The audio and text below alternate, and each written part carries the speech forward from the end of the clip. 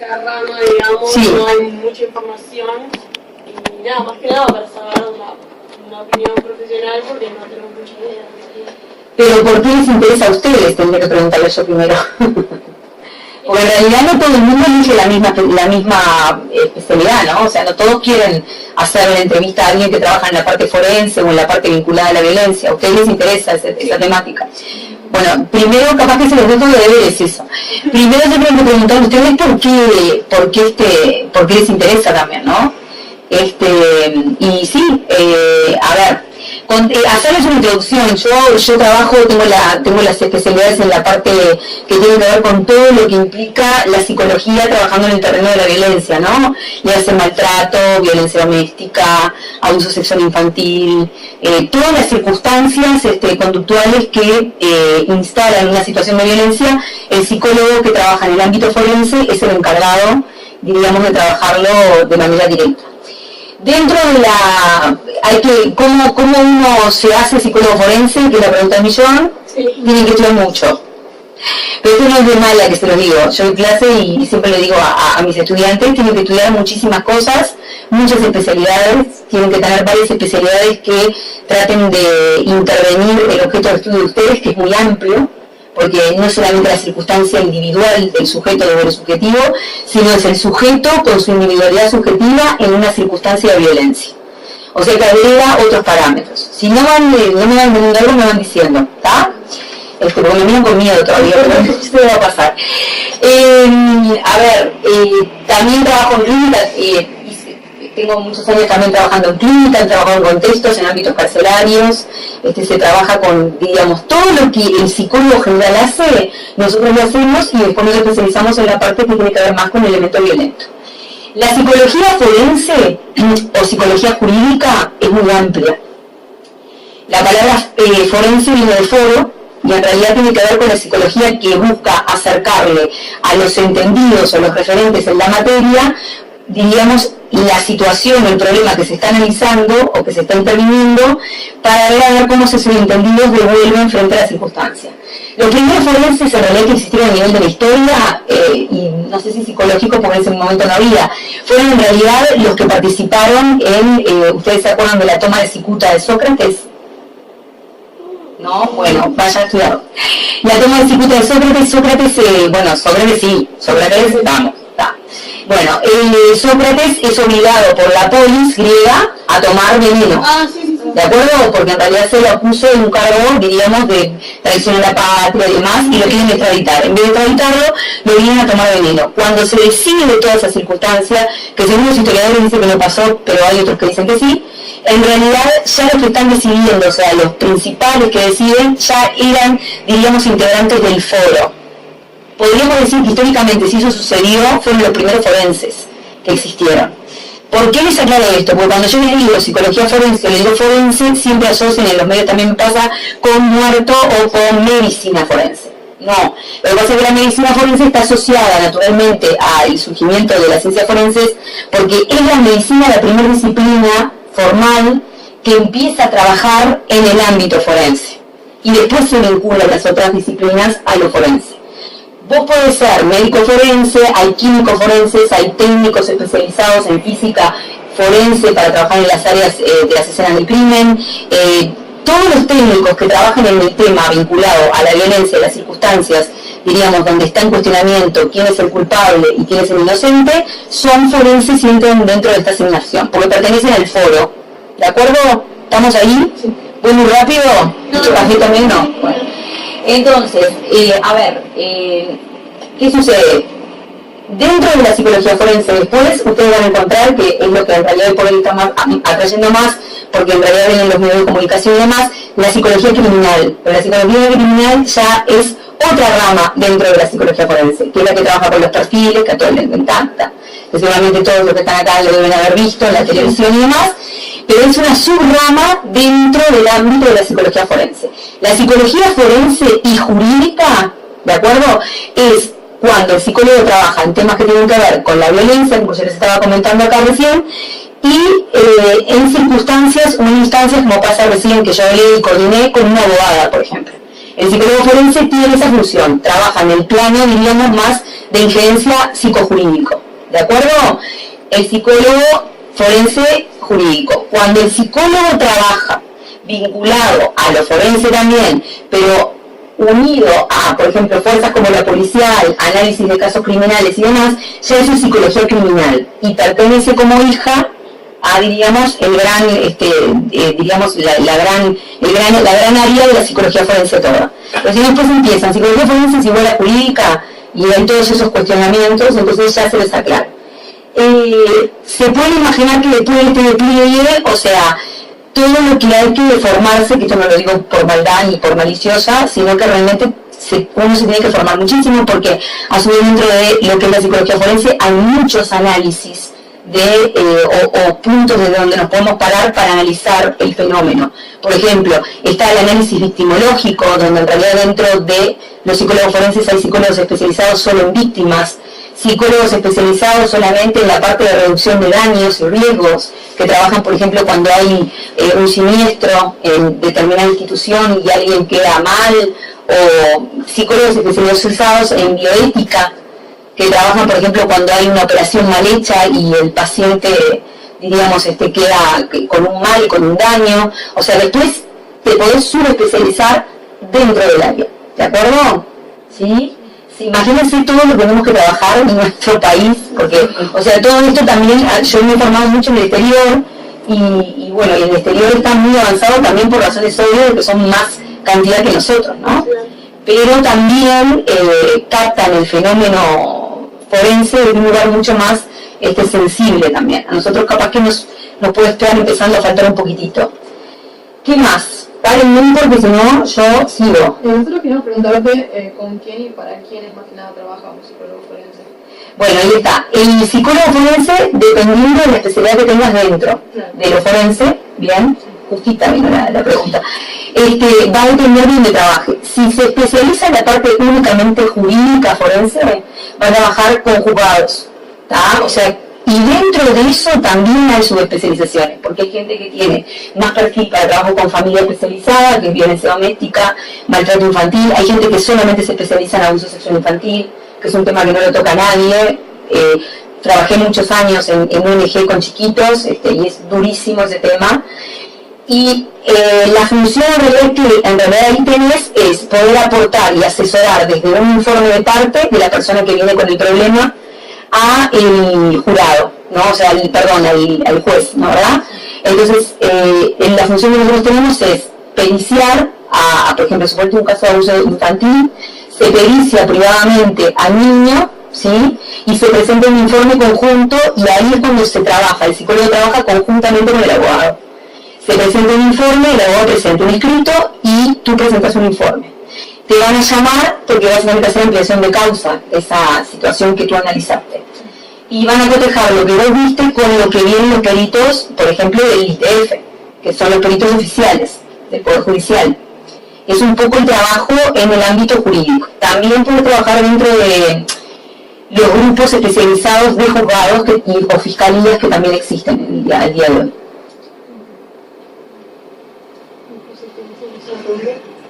Pregúntenme lo que quieran. No, como en realidad me estás hablando, estamos viendo como varias a nivel general, así que... Está bueno que están en silencio, decir que están pensando.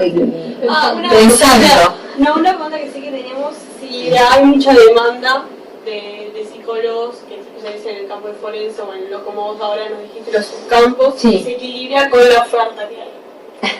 La pregunta que es como económica, la pregunta. No, está bien la pregunta, entiendo. Mira, el tema es así, es un terreno de mucha exposición.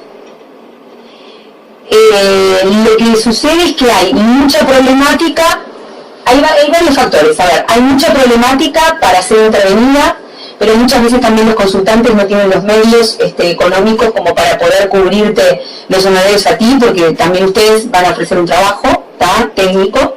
Entonces hay que trabajar muchas veces, yo lo hago articuladamente con otras instituciones que tengan consultorios abiertos jurídicos, eso por un lado.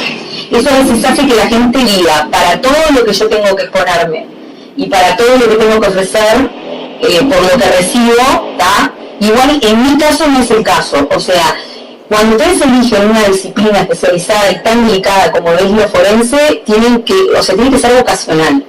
En realidad nosotros trabajamos con la vocación neta. Los que yo conozco, colegas que trabajan en este terreno, tienen la vocación innata de decir, bueno, lo hago por el amor a la camiseta, ¿no? Por supuesto que también vivimos del aire, pero digo, tratamos de ir viendo cómo compensar esos elementos.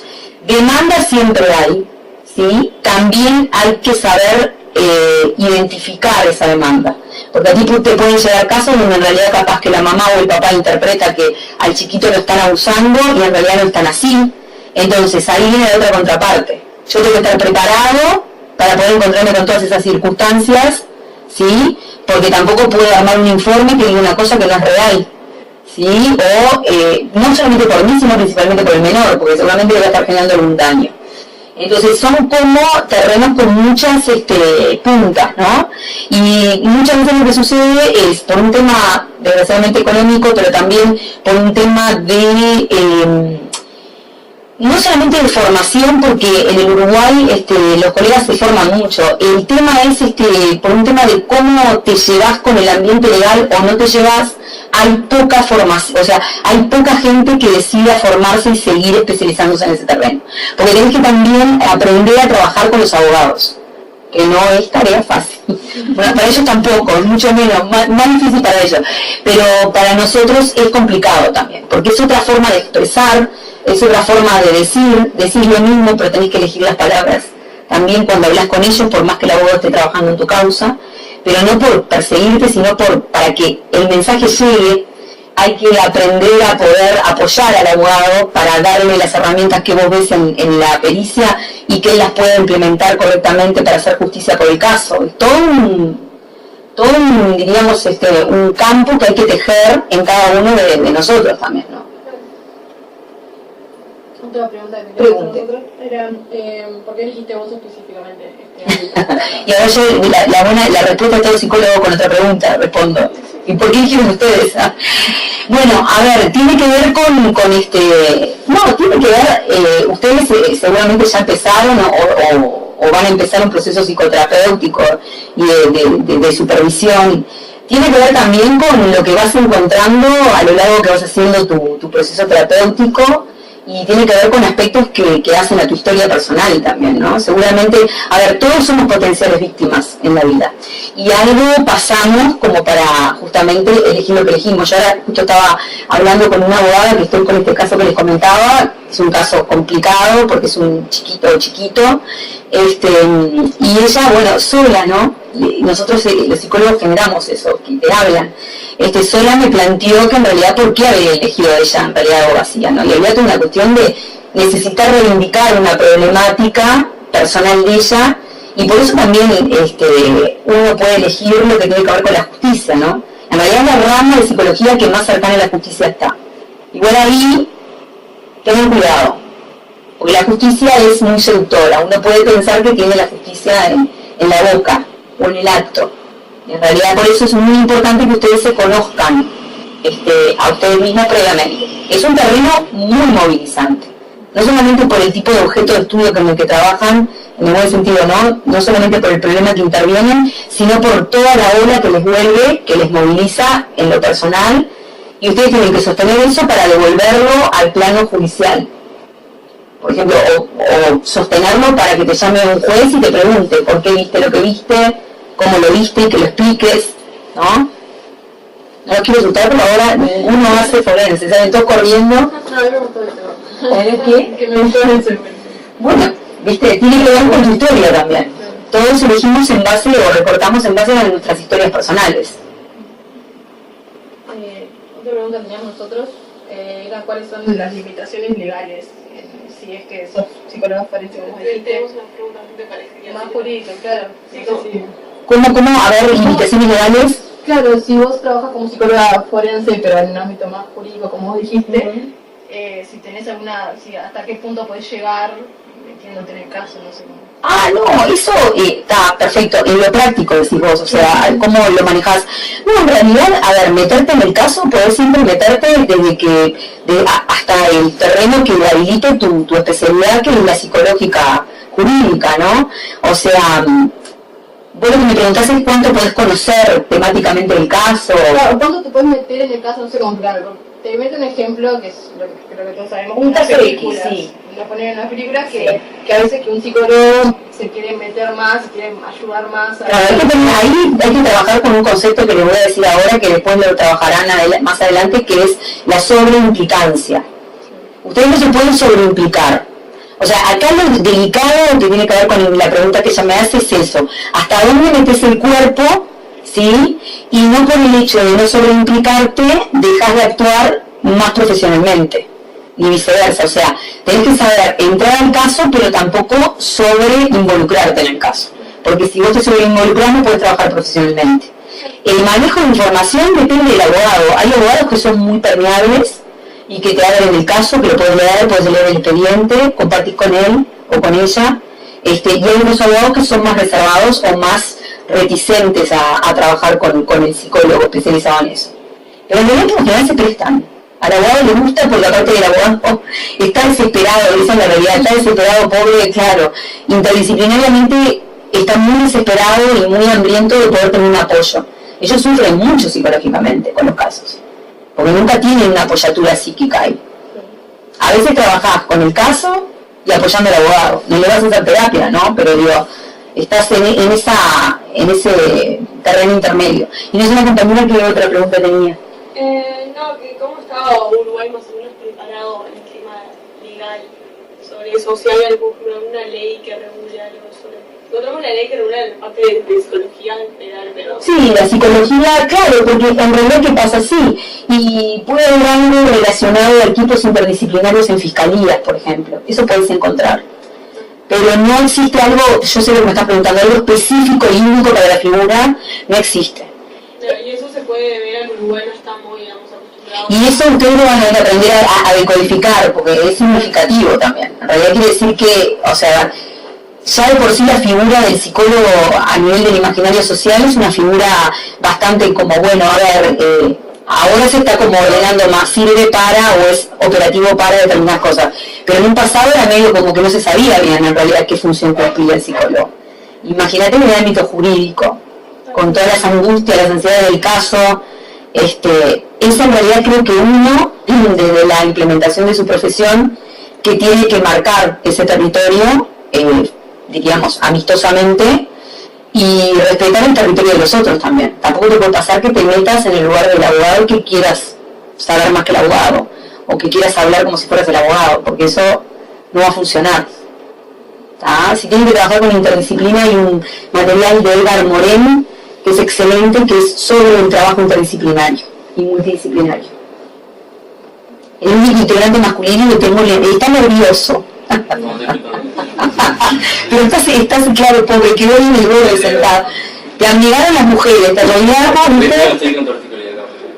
Igual es muy beneficioso que seas, viste, integrante varón. Si vas a seguir en lo forense, es un plus extra. Porque todas las funcionarias judiciales son mujeres, así que siempre les va bien, en el buen sentido, ¿no? Porque son más simpáticas, los atienden mejor, ¿viste? Ser mujer a veces es medio... Entonces en este campo hay mayoritariamente mujeres. Lo que no se malinterprete porque parece como que es obligatorio, no, nada que ver. Estoy totalmente a favor de la diversidad de todo. A ver, en casi todos los ámbitos que tienen que ver con lo psicológico, las especialidades, encontrás más mujeres que varones.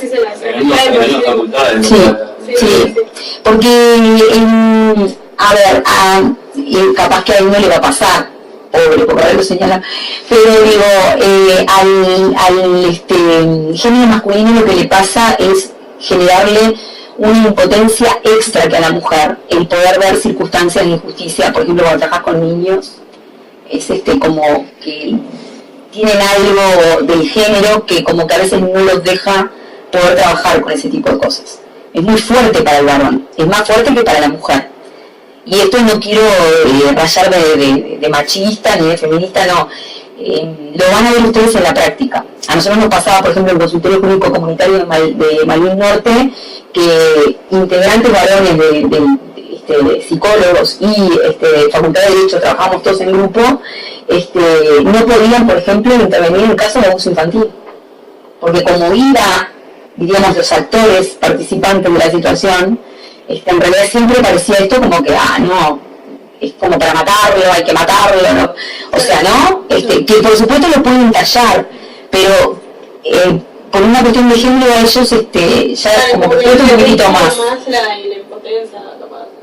Claro, lo manejan de otra manera. Nosotros las mujeres en ese sentido lo manejamos de otra forma. Igual acostumbran a frustrarse. O sea, esta especialidad es la frustración, no es frustrarse, es la frustración.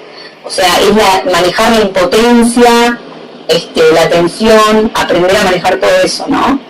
Ver cosas que vos decís, ¿cómo puede ser?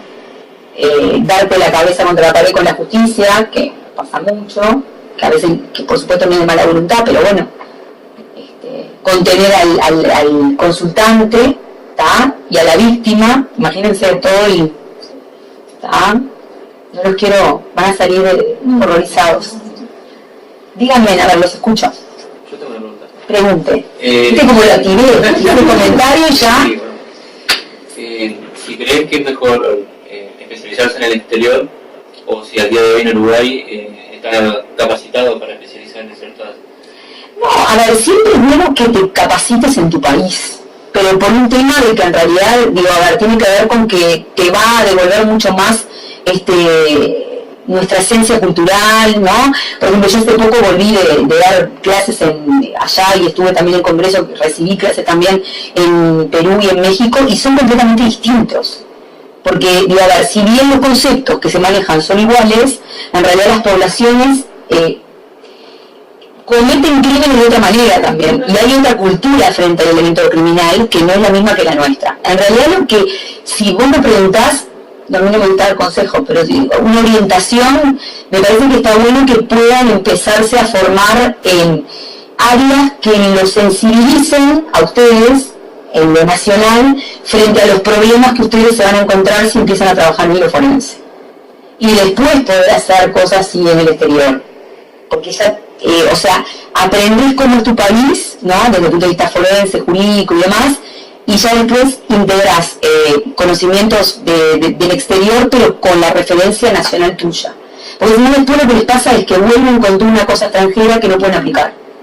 Y que en realidad no es bueno para o sea, nuestra función, por lo menos en lo forense, claramente social también. Nosotros tenemos un compromiso con lo social muy grande. Comunicar todo lo que tiene que ver con la prevención, con el tema del manejo comunitario de la seguridad, todo eso cae sobre la figura nuestra. Entonces es compromiso, y traer una mirada extranjera es como que no va a aportar mucho. A mí, por ejemplo, en México lo que me decían es qué nos pasaba a nosotros, pues claro, ellos, solo en México de ellos son 15 millones, solo en la capital. Entonces me decían, pero doctor, me decían, ¿qué les pasó? Que a mí, de hecho, entre nosotros me dolía, ¿no? Porque yo decía, porque es como me tocaba mi paisito, ¿no? Y sí, nosotros somos 3 millones y tenemos problemas que, o sea, y ellos no entienden, ¿no? Cómo puede pasar, pero en realidad creo que es algo que no podés interpretar así tan fríamente. Creo que tiene que ver más con que entender primero la esencia del país en el que estás trabajando para poder ver cómo desarticulás lo que alimenta los índices de maltrato, los índices de abuso, el feminicidio. O sea, porque es desde esa semilla que lo pueden desarmar. ¿Viste? Porque si no es como traer algo que no va a aportar nada.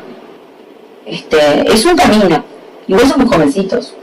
Somos bebés, pero al lado mío sí. ¿Qué más o menos qué edad tienen? ¿20 y algo? Claro, tienen. Lo que sí, a ver, si les gusta la disciplina, esto no es porque, pero digo, si les gusta la disciplina, empiezan a tomar contacto de a poco. Yo, por ejemplo, lo que hice es a partir de tercero más o menos, antes de llegar a la mitad de tercero, ya elegí y empecé ahí a hacer formaciones. Es lo que tenemos que preguntar, si dentro hay prácticas. Y no me digas preguntas, vos viste, ¿no? Me vas flagrando, parece que las adivino. Si hay, ¿cómo? Prácticas. Sí, mira, en la facultad, yo hice todo en la pública, desde jardinera hasta ahora estoy con maestría también en la facultad nuestra.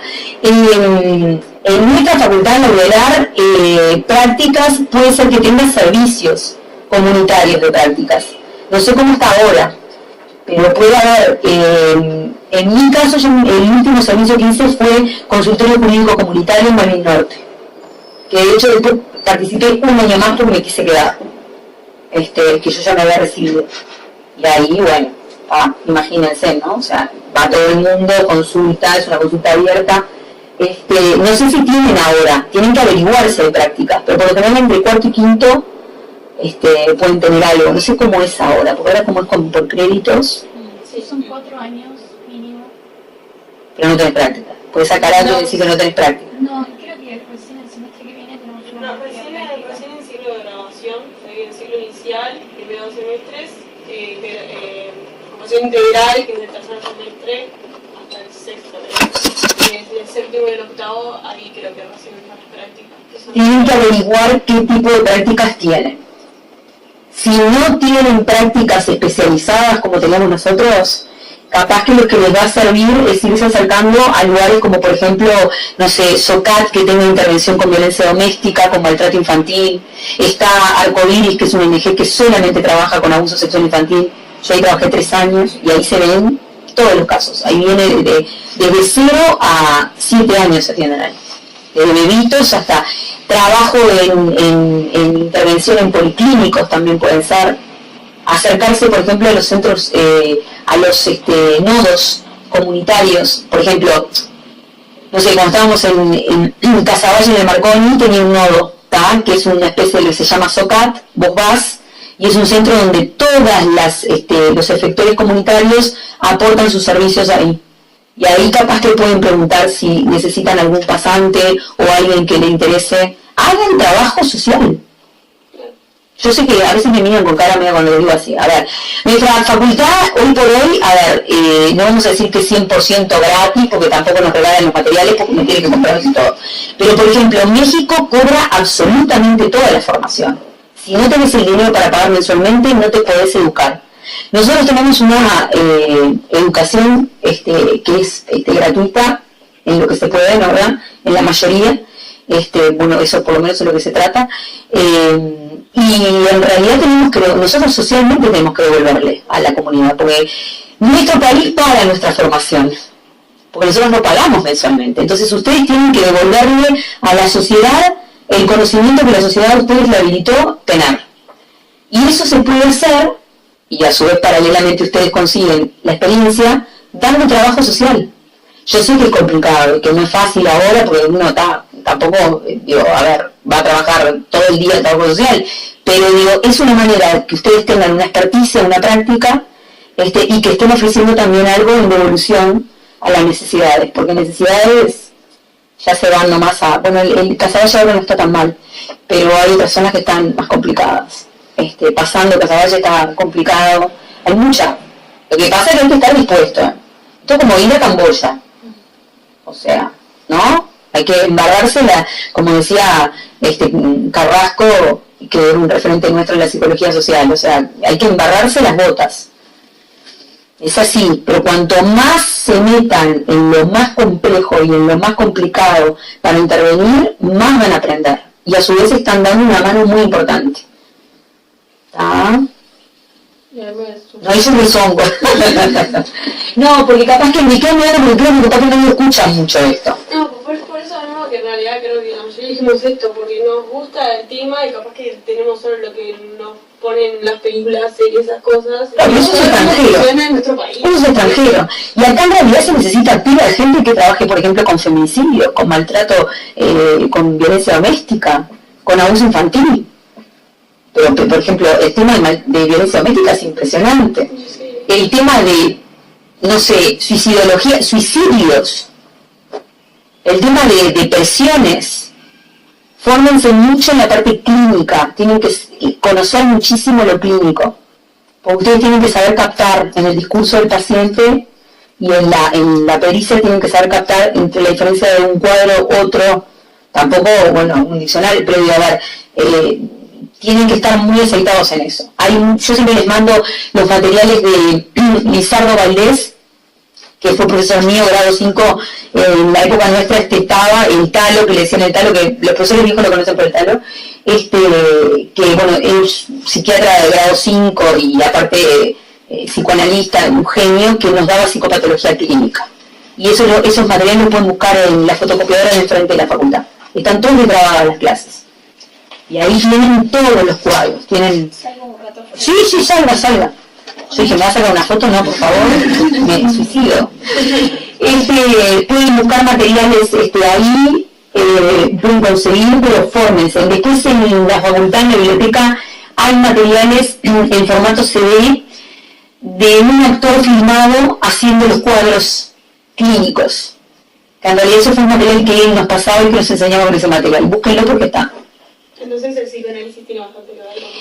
El psicoanálisis, yo no me voy a casar, o sea, a ver, yo le adoro el psicoanálisis, en realidad no puedo decir, porque todos lo amamos, en realidad, la mayoría acá en Uruguay, pero el psicoanálisis es una gran llave maestra. Vos no tenés que, o sea, entrar por ahí y ahondar en el psicoanálisis, a vos te da muchísimas claves para tener fortaleza después clínica inclusive para poder trabajar con este tipo de casos. No quiero decir que todo lo veas, yo por ejemplo cuando hago los informes de parte no le pongo al juez, mire que el mecanismo de defensa de la represión por el libro número tanto de Freud, no le pongo eso.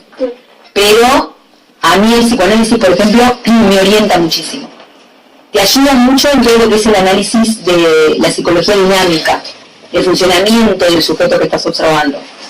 De hecho, por ejemplo, Lacan, que fue un discípulo directo, complejo de leer, a mí me encanta, o sea, al final de mi carrera me formé en la parte esa porque me interesó muchísimo. Cuando Lacan egresa, uno de sus trabajos de egreso tenía que ver con el análisis de un crimen. El caso de las hermanas Kappel, el doble crimen de las hermanas Kappel. Después si quieren me pasan mails o me avisan y yo les paso porque tengo un artículo escrito sobre eso. Pero no es que yo diga, solo el psicoanálisis analiza lo clínico, pero el análisis clínico que a vos te aporta el tener conceptos claros del psicoanálisis en el terreno forense es clave. Yo, por ejemplo, lo veo con colegas de otras partes de Latinoamérica que tienen una formación más conductual y hay una cantidad de cosas que se pierden. Yo tenía una pregunta de... Pregunte. ¿Cuáles serían las diferencias? Ustedes pregunten porque yo vieron que como lo mío es sanguinoliento, total, pasión, yo hablo y sí, a ver. ¿Cuál es la diferencia entre la psicología clínica y la forense? Bueno, lo que pasa es que se tocan. Claro, se tocan muchísimo. Mirá, por ejemplo, te voy a poner un ejemplo. Hoy, por ejemplo, hablando con la doctora con la abogada, me comentaba unos materiales que justamente que había estado manejando de la parte forense, que trataban de identificar en lo forense la diferencia entre, por ejemplo, es un caso fuerte, ¿no?, entre lo que es un abusador perverso, con una mente solamente perversa, y un abusador que en realidad se transforma en abusador cuando aparece un deterioro neuropsicológico por un tema de que está entrando en la tercera edad. Miren qué temita. Entonces, por ejemplo, a mí me llega una consulta de, por ejemplo, ¿no?, o le llega, por ejemplo, al ITF una consulta de un sujeto que, no sé, parece que aparentemente abusó a una menor. Y el hombre capaz que tiene casi 60, 70 años. Y vos clínicamente vas a tener que tener las herramientas para poder discernir entre si es una estructura perversa solamente, o sea, estamos hablando de un trastorno de personalidad, o el tipo está haciendo, que no es atenuante tampoco, ¿no? Ojo, o el tipo está haciendo un deterioro en su cabecita porque está más veterano, ¿no? Esta cosa de que empieza a ver el deterioro neuropsicológico, y a razón de eso desencadena la compulsión para el abuso. Y ahí capaz que el juez agarra, igual no se angustien con esto porque ustedes recién empiezan en este camino. O sea, lo van a escuchar como algo, no, tengo que, no sé, darle la fórmula de, no sé, del premio Guinness, no. Pero el juez le puede decir, yo les puedo preguntar, ¿cuánto tiene que ver la edad de este sujeto y el deterioro neuropsicológico de este sujeto con la compulsión que tiene para abusar a la menor? Y ahí tienen que manejar mucho la parte clínica, ¿tá? Tienen que entender, cómo funciona, por ejemplo, un perverso cuando es compulsivo, cómo funciona alguien que está más deteriorado cuando es compulsivo, ¿tá? Seguramente si la persona tiene un proceso de envejecimiento iniciado y hay un deterioro que lo llevó al abuso, van a aparecer otras conductas que a vos te indiquen que tiene un deterioro neuropsicológico, que en el perverso no van a aparecer. Entonces tienen que empezar a hacer lo que es el diagnóstico diferencial, pero en movimiento. ¿Ah? Entonces, igual tranqui, ¿no? Porque esto como que empieza a tocar el piano y me dicen, bueno, mañana la novena sinfonía de Beethoven, se muere. Es un ejemplo pero les pongo un ejemplo porque justo le hablaba con esta abogada, ¿no? Y el tema es que lo clínico tiene muchísimo que ver, pero a su vez tiene la carga extra de lo jurídico, porque en base a lo que vos plantees clínicamente es lo que el juez va a tomar para cargar o descargar penas sobre la persona que está señalada, ¿no? Por ejemplo, un abuso, una violación, un maltrato, no sé si tanto como el maltrato, pero cuando ya hay más otro tipo de daños más físicos es más complicado, ¿no? O por ejemplo, en casos de supuesta incapacidad o discapacidad mental, hasta dónde es la discapacidad, porque también hay niveles de retardo que tienen también presentes elementos de trastorno de personalidad. ¿Y cuánto juega el trastorno de personalidad o el retardo si, por ejemplo, ese nenito, que no es tan nenito, capaz que de 17 años, tuvo insinuaciones o trató de abusar a la hermanita de 2? Y eso entra en un proceso judicial, a vos te van a preguntar, diríamos, ¿qué pronóstico interpretás? Porque en base a eso se decide también. ¿Sí? Igual siempre se decide, el fiscal siempre es el que tiene la última palabra, el que le recomienda al juez la pena que va a asignar. Pero igual el trabajo de un psicólogo forense tiene mucho. Tiene muchísimo y es mucha responsabilidad, y no lo digo porque sea, o sea, es muy importante y es mucha responsabilidad. Tenés que, yo siempre digo, nosotros somos como fiscales psicológicos, o sea, tenés que poner como el lugar del equilibrio desde lo psicológico, que es súper complicado, ¿no? Porque ahí se mezclan cantidad de cosas. Siéntese en el piso. Tranquilo. Mi pacientito tiene la culpa, se me llegaron los taburetes, o hacen cualquier cosa, 2 por 3 me desarman todo. Capaz que ya la respondiste con todo lo que nos has contado, pero los casos más frecuentes que te llegan entonces sería, vos trabajás más con el área de los niños entonces. Mira, eso también depende mucho de cada uno. A mí lo que me pasa es que yo tengo una llegada muy rápida con los niños, o sea, tengo facilidad. No sé si es que viste que ven como grandotes, yo aparte uso tacos, viste, entonces se ven como, viste, claro, rubio, es como, llama la atención, siempre me pasó. Entonces dentro de lo que es la parte forense, empecé especializándome en la parte de victimología infantil y trabajando con abuso sexual infantil. Pero tenés que tener como o sea, lo van a poder hacer si les interesa, tenés como que, claro, y pulir como esta capacidad de poder habilitar a que ellos se abran también, ¿no? Porque son cosas para ellos, para cualquier ser humano súper dolorosas, imagínate para un chiquito, sí, no son, con pocos elementos. Elementos traumáticos. Pero, por ejemplo, con la pregunta que me haces que está muy bien, yo pienso, también tengo colegas que trabajan en lo referente capaz que a lo jurídico, y capaz que tienen más un perfil para lo laboral y trabajan con daños y con empresas. ¿Entendés? Eso según un perfil que vos ya traes antes de decidir para la especialidad.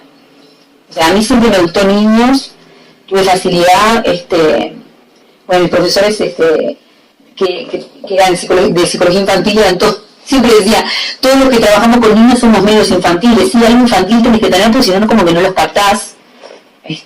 A mí vienen acá y me rezongan, si yo me siento en el piso, ¿viste? Yo tengo que estar o sea, tengo que tomar el té cuando el té no existe, pero no importa, yo tengo que tomarlo, o sea, tenés que entrar en ese juego y después sostener cuando salen los planteamientos que salen, ¿no? Porque el niño o sea, no tiene filtro el niño, ¿está?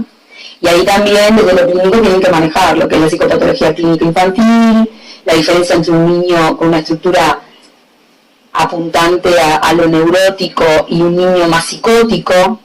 Los niños, ustedes saben que evolutivamente tienen un funcionamiento del aparato psíquico que es más psicotoide, tienen un funcionamiento más psicótico, pero no porque sean patológicamente psicóticos, sino porque están todavía en estructuración yoica, ¿no? Mucho Freud. ¿Han leído algo de Freud? Sí.